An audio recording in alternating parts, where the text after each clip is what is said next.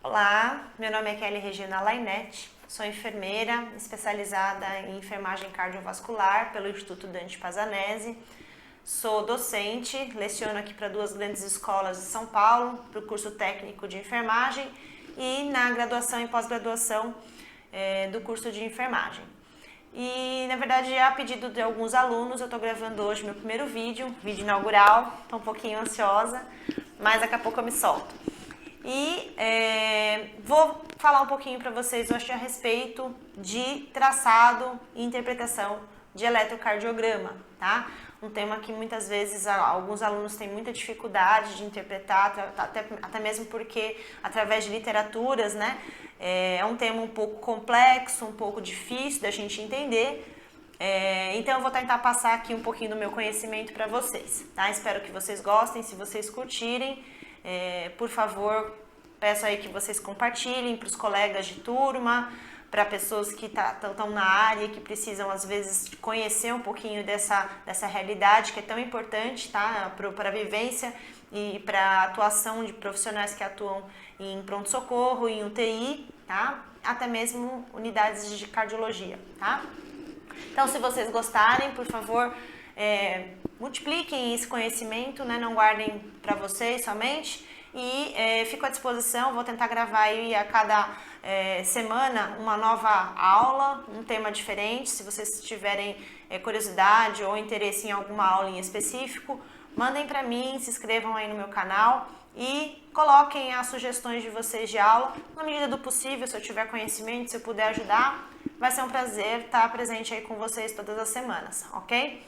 Bom, eu vou passar aqui, na verdade, algumas imagens, né? Então, para a gente poder falar um pouquinho de coração, vamos recapitular um pouquinho da anatomia e fisiologia do coração, como é que funciona a parte cardiovascular. A gente sabe que o coração é um órgão totalmente independente, que não funciona dependendo do cérebro, né? Então, ele não precisa da parte cerebral para funcionar, ele tem o seu próprio estímulo, diferente de todas as outras regiões do nosso corpo. O coração ele trabalha sozinho, através de um estímulo gerado por um nó que a gente chama de nó sinusal ou nó sinoatrial. Mas a gente vai mostrar isso aqui para vocês na parte anatômica. Então, prestem atenção aqui na anatomia, na fisiologia, para vocês entenderem as patologias mais adiante, ok? Vamos lá. Muito bem, então, vamos entender um pouquinho melhor como é que funciona a anatomia e fisiologia do coração. Então, aqui nós temos o coração num corte que nos possibilita a visualização da parte interna. E aí nós conseguimos observar na parte superior duas câmaras cardíacas que a gente vai chamar de átrio. Então, a parte superior a gente chama de átrio e a parte inferior a gente chama de ventrículo. Então, átrio esquerdo, átrio direito, ventrículo direito e ventrículo esquerdo. Todo lado esquerdo do coração vai trabalhar com sangue rico em oxigênio e ele trabalha com sistema de pressão. O lado direito do coração vai trabalhar com sangue rico em gás carbônico e ele vai trabalhar com sistema de volume, tá? Recebendo todo o sangue do débito cardíaco. No átrio esquerdo, nós temos dois vasos que, na verdade, saem, né? Que recebem o sangue vindo dos pulmões. Tá? Então, nós temos 4 vasos muito importantes que são chamados de veias pulmonares, justamente porque elas estão inseridas no átrio esquerdo e vão trazer o sangue que estava lá no pulmão para dentro do coração. Então, são as veias pulmonares. Nós temos 4, 2 do lado esquerdo, 2 do lado direito, posteriormente ao átrio, tá?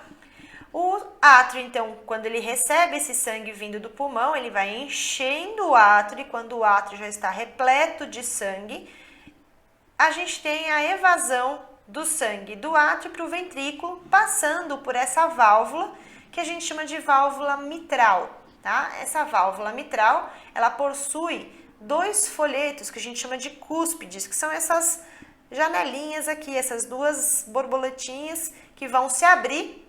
E essa válvula ela é unidirecional, ela só permite que o sangue flua de cima para baixo. Quando o ventrículo contrai para ejetar sangue para o grande vaso que é a aorta, essa válvula aqui ela não deixa o sangue refluir de volta para o átrio.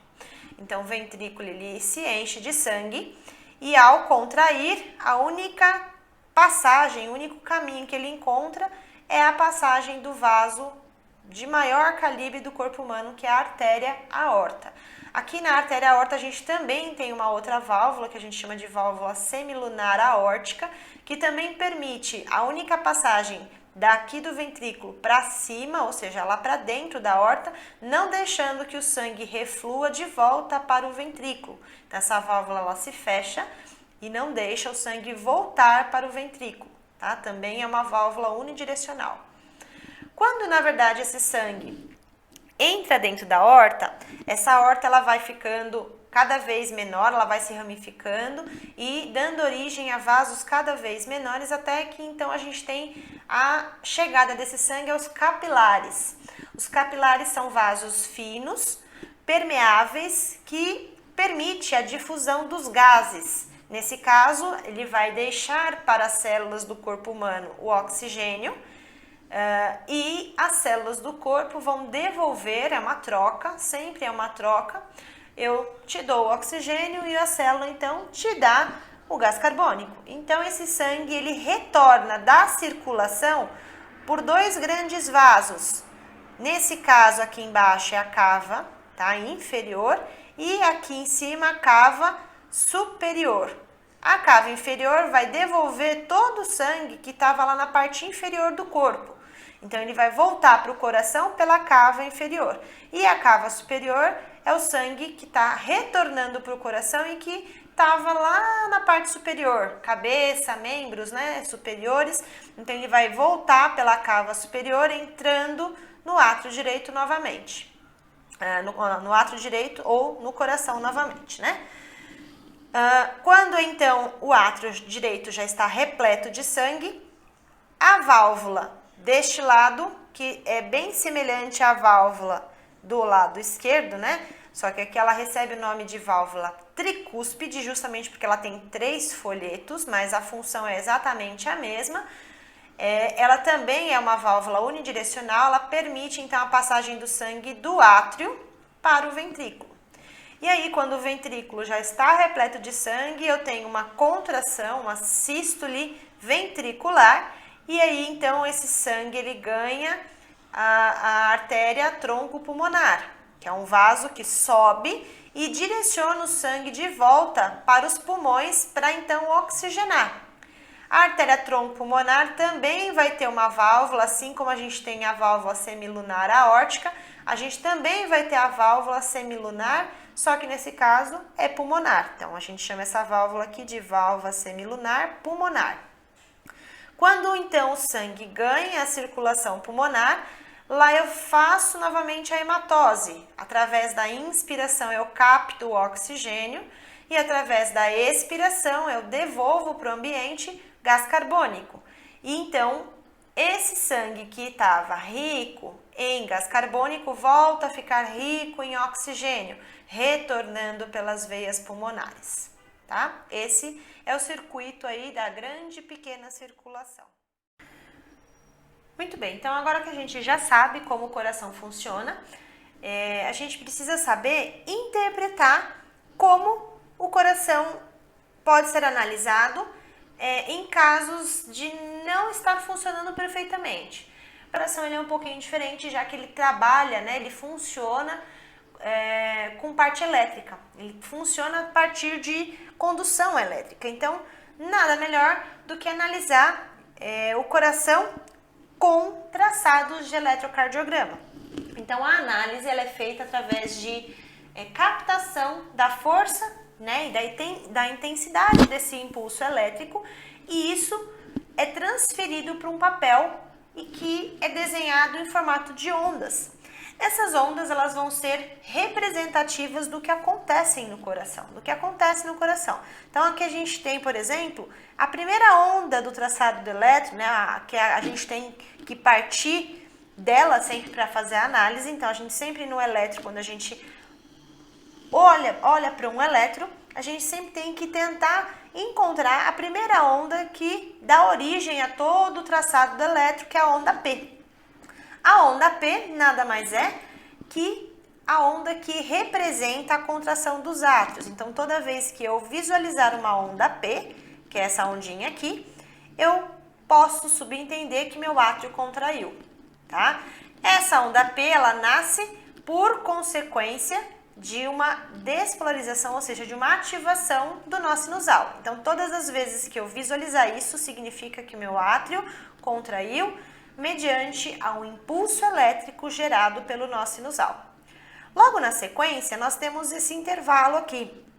Esse segmento PR é o segmento de atraso, ou seja, de retardo sofrido por conta lá do nó AV. Lembra que a gente falou que o nó AV ele segura o estímulo elétrico justamente para dar tempo do sangue vazar, né, do átrio para o ventrículo?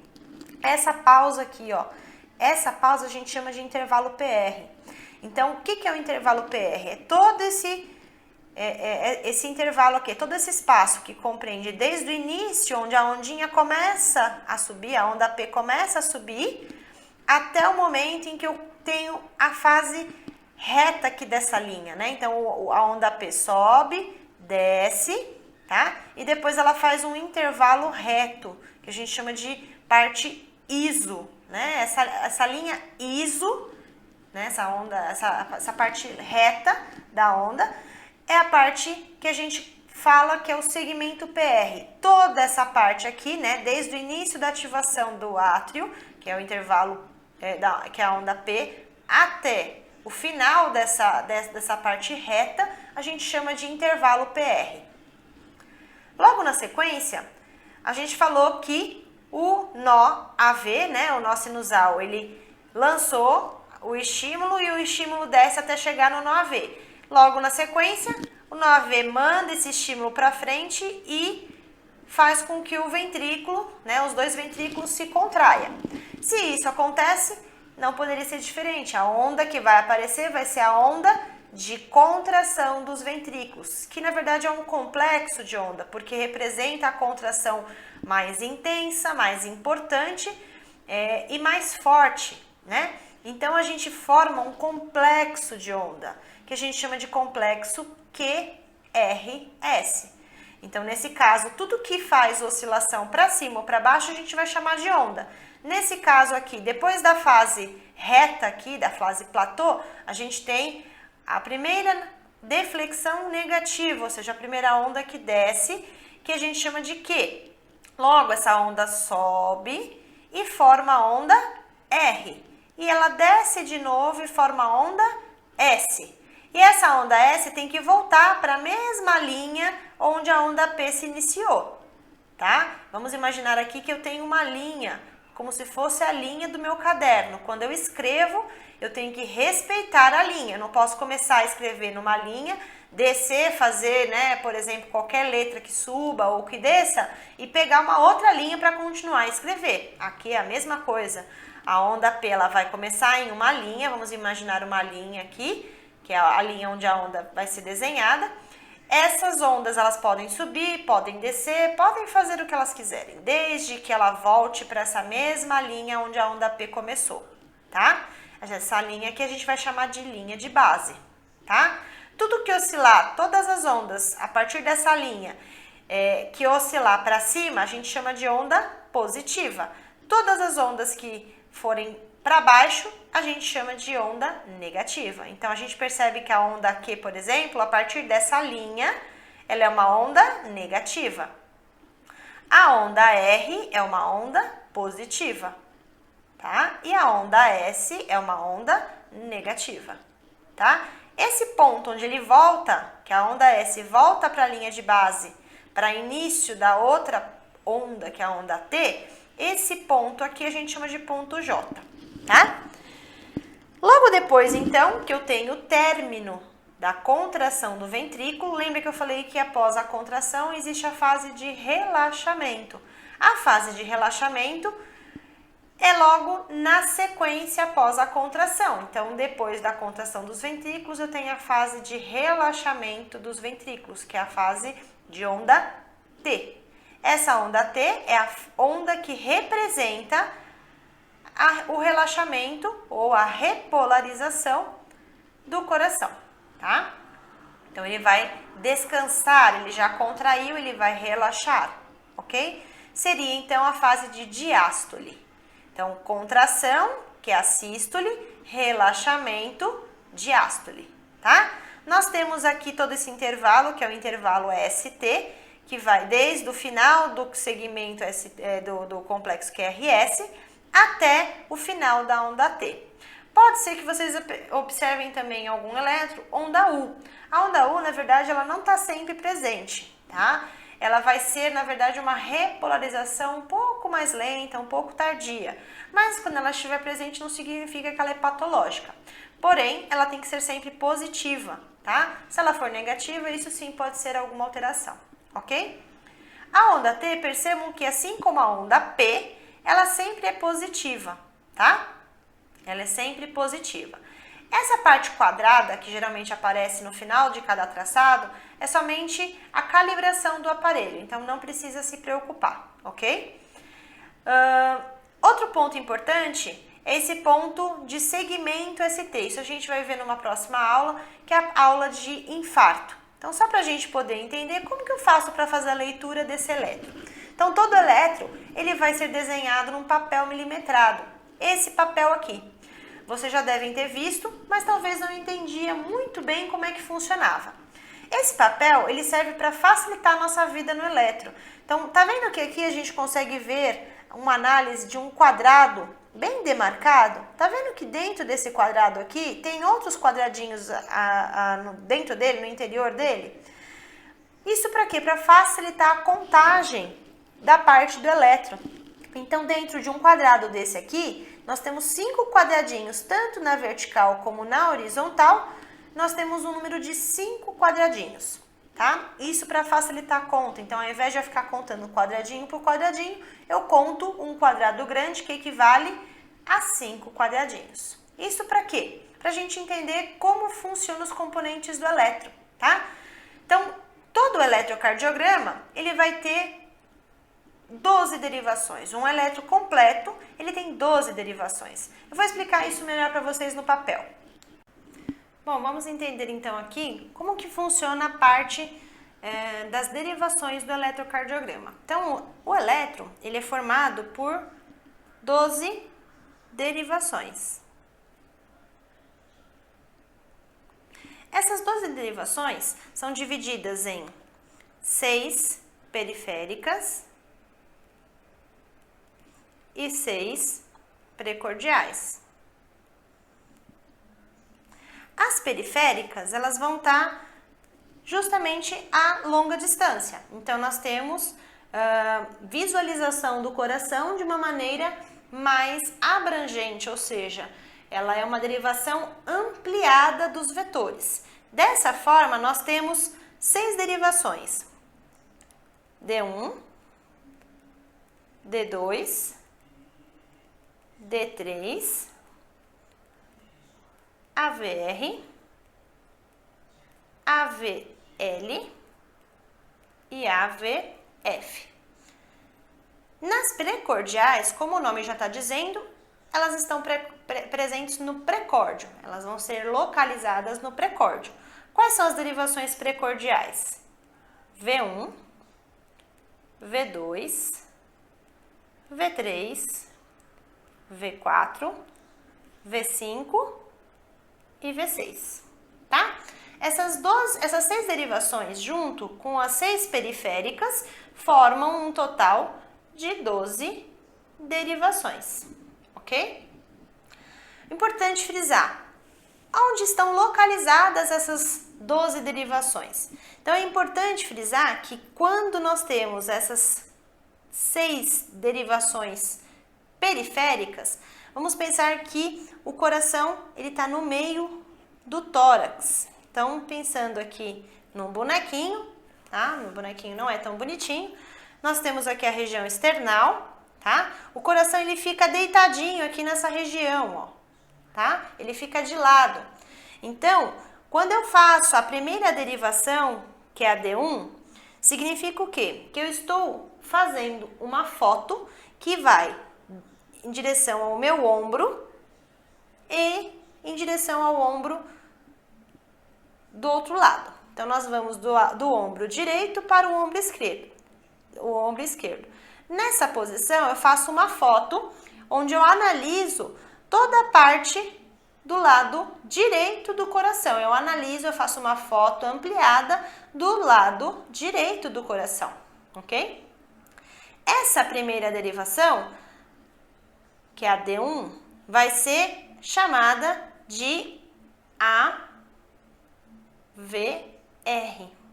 AVR por quê? Porque está do lado direito. O que significa a sigla AVR? Vetor ampliado da direita. R é de right em inglês, ok? Então, ele vê todo o lado direito do coração, ok? Do lado esquerdo, nós temos a segunda derivação. Então, pensando que nós temos agora uma máquina fotográfica deste lado, ele vai fotografar daqui para baixo, tá? Formando a segunda derivação, que é a D2, tá? A derivação D2 vai fotografar toda a lateral do lado esquerdo do coração. Então, dá origem à segunda derivação, que é AVL, vetor AVL, vetor ampliado da esquerda, left, de inglês, tá? E a terceira derivação vai ser do ombro direito em direção ao meu pé. Essa derivação é a terceira, D3. Essa derivação D3, ela vai fotografar do lado direito em direção ao pé. Então, eu dou origem à terceira derivação, né? É o AVF, de foot. AVF, vetor ampliado dos pés, foot. Então, nós temos aqui as 12 derivações, as 6 derivações periféricas, ok? Formando, então, o que a gente chama e o que a gente conhece de triângulo de Einthoven. Muito difícil de entender na literatura, porque ele não é tão autoexplicativo, e eu acho que talvez assim fique um pouco mais fácil. Então, é um vetor ampliado que analisa o coração de uma maneira mais abrangente, diferente das derivações precordiais, que na verdade são localizadas no tórax. Tá horrível meu desenho, mas dá para entender aqui que é um bonequinho. Enfim, aqui são as mãozinhas, tá? Aqui a região do externo, tá? E a região dos mamilos. Na região entre o externo e o mamilo do lado direito, a gente vai colocar a primeira derivação, que é a V1, tá? Do lado esquerdo, a gente coloca a V2, entre o mamilo e a região external esquerda. Para quem for seguir a literatura, isso fica entre o quarto espaço intercostal. Mas eu acho mais fácil a gente, na verdade, localizar os mamilos do que contar as costelas. Lembrar que sempre, né, a gente pode ter alteração da região mamilar de acordo com a idade e se a mulher tem muita mama, tá? Então, sempre se atentar aí para não colocar os eletrodos na posição errada, ok? Depois da posição do V2, a gente vai colocar a V3. Mas para colocar a V3 é mais fácil colocar primeiro a V4. A V4 fica exatamente abaixo do mamilo. Então, a V3 só pode estar localizada no meio, entre V4 e V2, ok? A V5 também fica mais fácil eu colocar depois que eu coloco a V6. A V6 fica na mesma direção do V4, só que na linha axilar média. Então, na linha da axila, na altura da axila, na mesma direção do V4, a gente coloca o V6 e o V5 fica, então, ao meio. Então, essas são as 6 derivações precordiais, ok? Para a realização desse eletro, é importante que a gente coloque os eletrodos periféricos, que são aqueles eletrodos que a gente coloca aí nas mãos e nos pés. Lembra que em algumas marcas elas vão estar escritas em inglês a posição onde devem ser colocadas, mas a grande maioria segue um padrão de cores, tá? As cores que a gente deve respeitar é a seguinte: do lado esquerdo, a gente vai pensar no Brasil, as cores do Brasil, tá? Quais são as cores do Brasil? Verde e amarelo. As cores mais fortes vão ser sempre nos pés. Então, do verde e amarelo, o verde é mais forte do que o amarelo. Então, o verde fica no pé e o amarelo fica no membro superior esquerdo. Do outro lado, a gente tem a cor preta e vermelha. A gente então lembra do São Paulo, do time São Paulo, tá? Nos pés, as cores mais fortes, então preto e vermelho, a cor mais forte é a cor preta, tá? E no braço, a gente coloca o vermelho, ok? Dessa maneira, então, eu tenho o meu eletro feito com as 6 derivações precordiais, tá? Mais as 6 derivações periféricas, totalizando então as 12 derivações do meu eletro, e fazendo dessa forma o meu eletro vai estar perfeito para ser interpretado, sem nenhum erro ou alteração de eletrodos, ok? Vamos lá então interpretar nosso eletro. Então, pensando que a gente já entendeu como funciona as 12 derivações do elétron, aqui está um exemplo de um elétron que a gente tem, por exemplo, as 12 derivações. Então, D1, D2, D3, AVR, AVL e AVF e de V1 até V6, tá? Percebam que cada derivação tem uma diferença no aspecto das ondas. Então, essa derivação D1 começa aqui e termina bem aqui, ó. A partir daqui, já começa a VR. Percebam que este complexo QRS é totalmente diferente desse. Esse complexo QRS, essa derivação AVR, ela começa aqui e termina aqui. Aqui começa V1 e vai até aqui. Então, percebam que essa derivação V1 tem um complexo QRS bem diferente deste aqui, porque aqui é uma derivação e aqui é outra derivação, tá? Então, cada derivação enxerga o coração numa posição diferente e isso faz com que a imagem seja diferente, tá? Vamos então entender como é que funciona o eletro. A gente está enxergando o eletro com as 12 derivações, mas isso não me basta, né? Eu preciso saber que essas 12 derivações servem para enxergar o coração como um todo. Batendo o olho nesse eletro, eu consigo contar a minha frequência? Então vamos lá. Como é que a gente faz para calcular a frequência do traçado?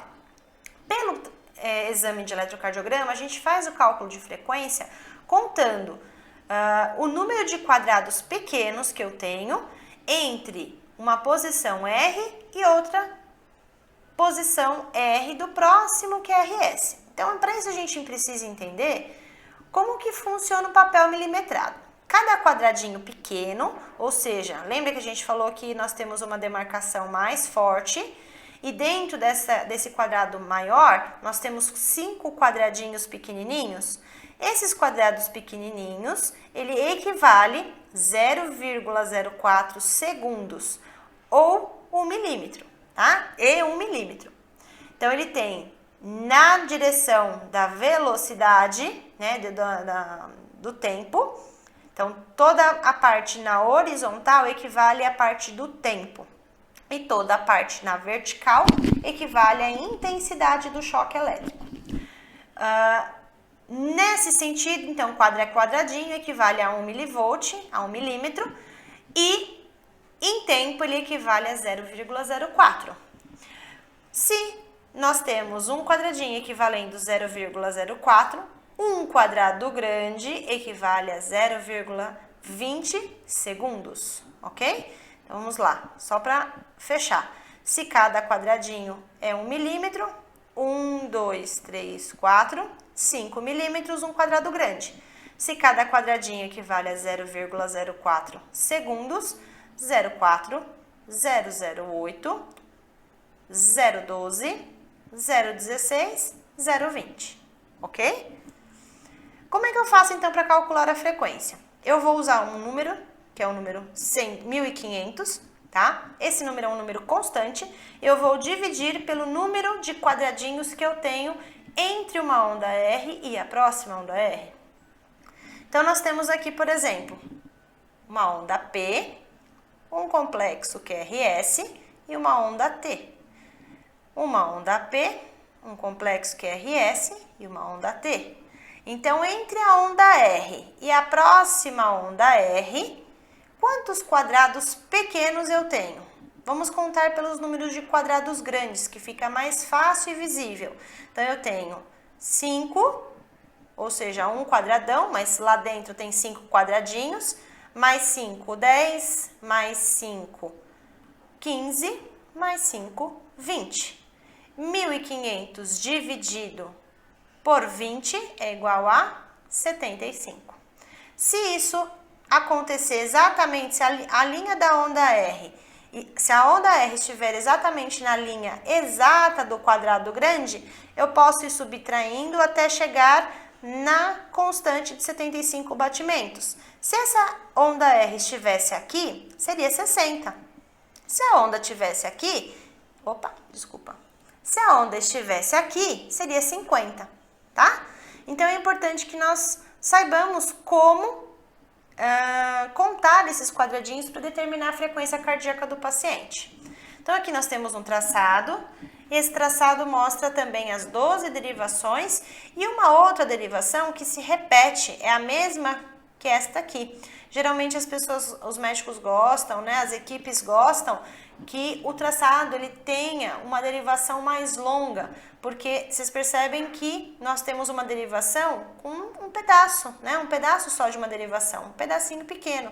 Às vezes o médico quer avaliar o traçado como um todo, né? Um traçado um pouco mais longo, então a gente chama isso de D2 longo.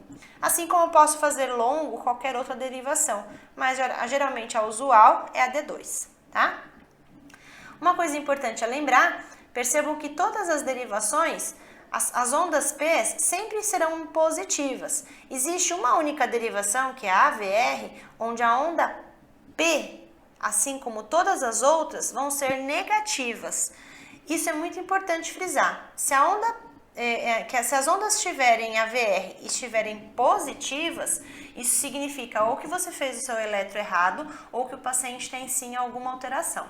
Então, fiquem atentos. A AVR é sempre uma onda com deflexão negativa, tanto a P como todas as outras. V1 é uma outra onda, é uma outra derivação que isso pode se repetir, mas não é sempre que ela acontece isso. Mas se acontecer, não significa que é patológica, tá?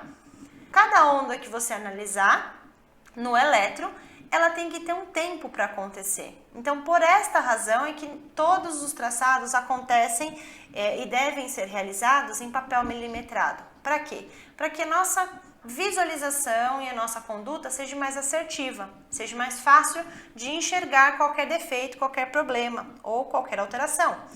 Então, é importante que a gente saiba o valor de cada onda. Então, a onda P, que significa, né, a ativação atrial, ou seja, que o átrio contraiu, ela tem que durar de 0,08 até no máximo 0,10 segundos. Ou seja, ela tem que ser desenhada dentro do eletro, dentro de 2 a no máximo 2 quadradinhos e meio. Se ela tiver maior do que 2 quadradinhos e meio, significa que ela está maior do que ela deveria. Isso é um problema, tá?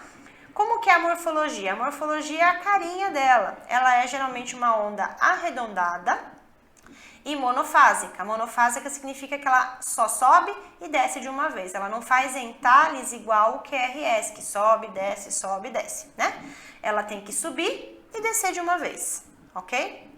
O intervalo PR é esse intervalo que a gente encontrou aqui do início da onda P até o final dessa fase platô aqui, dessa fase ISO, tá? A gente já falou disso anteriormente. Esse espaço, ele tem que ter um valor de 0,12 até no máximo 0,20. Ou seja, ele tem que pegar no máximo um quadrado grande, ou 5 quadradinhos. Se ele tiver maior do que 0,20, isso determina para a gente alterações, por exemplo, como bloqueios, tá? O bloqueio atrioventricular, que a gente pode estar vendo numa próxima aula, ok? O complexo QRS, que significa a despolarização ou contração dos ventrículos, é uma onda que tem que ter a duração de 0,05 a no máximo 0,10 segundos, ou seja, até no máximo 2 quadradinhos e meio. Se ele estiver maior do que 0,10 segundos, significa também que ele está alargado, e isso é problema, tá? O complexo QRS, a contração dos ventrículos, tem que ser uma contração extremamente rápida e forte. Por esta razão, a onda é alta e bem estreitinha. Se a onda for baixa e larga, significa que o ventrículo não está contraindo da maneira que deveria, não está sendo efetiva essa contração. E isso reflete um problema bem grave para o coração. A morfologia, ela é variável, vocês já viram aí nas derivações, né, nos traçados, num traçado de 12 derivações, em que esse complexo QRS ele pode mudar, ele vai mudar de derivação para derivação, tá? A onda Q, ela não tem que ser maior do que 3 milímetros, isso a gente vai ver melhor na aula de infarto, tá? A gente vai gravar uma aula só de infarto, mas é importante frisar que quando ela está presente, ela está negativa, ela não pode ser muito profunda. Essa onda Q aqui, quando negativa, ela tem que pegar no máximo 3 quadradinhos. Quando ela for maior do que 3 quadradinhos, isso reflete aí um problema na parte isquêmica do coração, tá? Significa que o coração está sofrendo por alguma isquemia. O segmento ST também a gente vai ver melhor numa próxima aula, na aula de infarto, tá? Mas ele não tem que ser, a elevação tem que ser menor do que 1 milímetro para ser normal, então ela tem que estar dentro da linha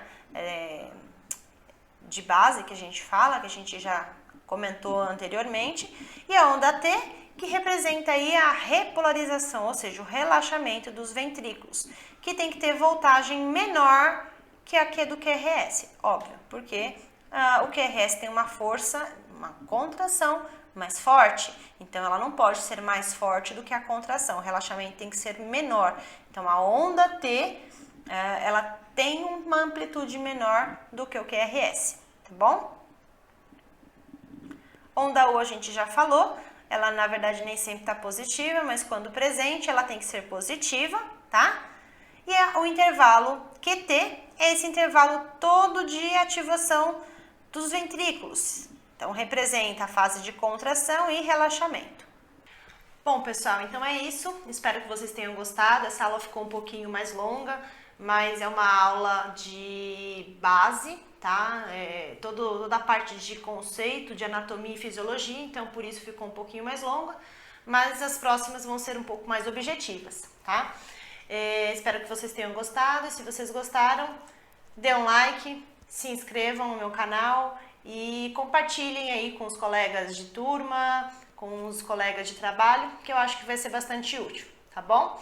Espero aí a gente se encontrar no mercado e realmente ter sucesso na nossa profissão, que está precisando de bons profissionais. Obrigada, gente. Tchau, tchau.